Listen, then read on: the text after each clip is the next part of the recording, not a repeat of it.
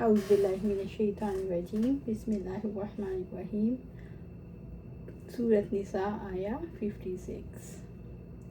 ان الذین کفروا بآیاتنا سوف نصلیہم نارا، بلا شبہ جن لوگوں نے ہماری آیات کا کفر کیا بہت جلد ہم انہیں آگ میں ڈالیں گے۔ یہاں کفر کرنے والوں سے مراد یہودی ہیں جنہوں نے نبی صلی اللہ علیہ وسلم کی نبوت کا انکار کیا۔ کلما نضجت جلودہم بدلناہم جلودا غیرہا لیذوقوا العذاب، جب کبھی ان کی کھالیں گل سڑ جائیں گی تو ہم انہیں اس کے علاوہ کھالیں بدل دیں گے تاکہ وہ عذاب چکھیں۔ گلنے کے عمل کی ہولناکی کا اندازہ لگائیں۔ دنیا میں آج اگر کسی کی کھال جلتی ہے تو اس کے اوپر چھالے بنتے ہیں اور اس کے اندر پیپ بھر جاتی ہے۔ گلنے کا عمل کتنا خوفناک ہے۔ اس آیت میں کلما نضجت کا منظر اتنا خوفناک ہے، انسان کا خیال ادھر ادھر ہونے نہیں پاتا، اور پھر کھال کی تبدیلی، اس کی جگہ دوسری کھال پیدا کر دیں گے کا عمل جو تعجب انگیز بھی ہے اور غیر معمولی بھی۔ کھال بدل جائے گی، پھر گل جائے گی، پھر بدلی جائے گی، پھر گل جائے گی، اور پھر یہ سلسلہ نہ رکنے والا ہے۔ ابو ہریرہ رضی اللہ عنہ سے روایت ہے کہ آپ صلی اللہ علیہ وسلم نے فرمایا، کافر کی داڑھ یا کافر کا دانت احد پہاڑ کے برابر ہوگا، اس کی کھال 3 رات کی مسافت کے برابر ہوگی۔ ابو ہریرہ رضی اللہ عنہ فرماتے ہیں کہ آپ صلی اللہ علیہ وسلم نے فرمایا، کافر کی جلد موٹائی 42 ہاتھ ہوگی اور اس کی داڑھ احد کی مثل ہوگی، اور جہنم میں اس کی پیٹھ کا احاطہ اتنا ہوگا جیسا کہ مکہ اور مدینہ کے درمیان کا فاصلہ۔ لیذوقوا العذاب، تاکہ وہ عذاب چکھیں۔ اس کو بار بار عذاب کا مزہ اس لیے چکھایا جائے گا کہ انہیں پورا بدلہ ملے۔ ان اللہ کان عزیزا حکیما، یقیناً اللہ تعالیٰ ہمیشہ سے ہی سب پر غالب کمال حکمت والا ہے۔ اللہ تعالیٰ نے کھالوں کے جلنے، پکنے اور بدلنے سے اپنے عزیز ہونے کا شعور دلایا۔ یقیناً وہ غلبہ رکھنے والا زبردست ہے، وہ اپنے انتقام پر غالب ہے۔ اللہ تعالیٰ نے اہل جہنم کے لیے ہمیشہ کی سزا سے یہ شعور دلایا کہ اس کے فیصلے حکمت پر مبنی ہیں۔ کفر کی سزا جہنم ہے، اور یقیناً یہ اللہ کا حکیمانہ فیصلہ ہے۔ سورۃ نساء آیا 57۔ والذین آمنوا وعملوا الصالحات، اور وہ لوگ جو ایمان لائے انہوں نے نیک عمل کیے۔ ایمان اور اعمال صالح کے ساتھ انسان جنت میں داخل ہو سکتا ہے۔ اگر ایمان ہو اور عمل نہ ہو، یعنی بے عملی یا بد عملی ہو، تو ایسے ایمان کے ساتھ جنت میں داخلہ ممکن نہیں ہوگا۔ ایمان کے بغیر جہاں تک دنیاوی مفادات کا تعلق ہے تو اچھے اخلاق کی قیمت دنیا میں حاصل کرنا ہے تو دنیا میں اس کا بدلہ مل جائے گا۔ اگر قومی اخلاق و عادات ہیں تو قوم کی اچھی نمائندگی ہو جائے گی، مگر آخرت میں اس کا کوئی اجر نہیں، کیونکہ اللہ تعالیٰ سے بدلہ لینے کی نیت ہو تو بدلہ مل جاتا ہے، اور نیت کے نہ ہونے کی وجہ سے ہی تو ایمان نہیں ہوتا۔ سندخلہم جنات تجری من تحتها الانہار خالدین فیہا ابدا، جلد ہی ہم ایسے باغات میں داخل کریں گے جن کے نیچے سے نہریں جاری ہوں گی، ہمیشہ رہنے والے ہیں اس میں ہمیشہ ہمیش۔ سعادت مندوں کا انجام جنت کی بہاریں اور طرح طرح کی نہریں ہیں، جہاں چاہیں لے جائیں۔ خوش کن نعمتیں، نہ زوال، نہ فنا کا ڈر، نہ کمی کا اندیشہ، ہمیشہ ہمیش جنت میں رہیں گے۔ لہم فی ازواج مطہرہ، ان کے لیے اس میں نہایت پاک صاف بیویاں ہوں گی۔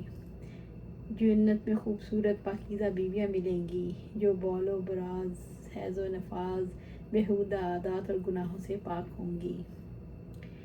وَنُدْخِلُهُمْ ظِلًّا ظَلِيلًا، اور ہم انہیں بہت گھنے سائے میں داخل کریں گے۔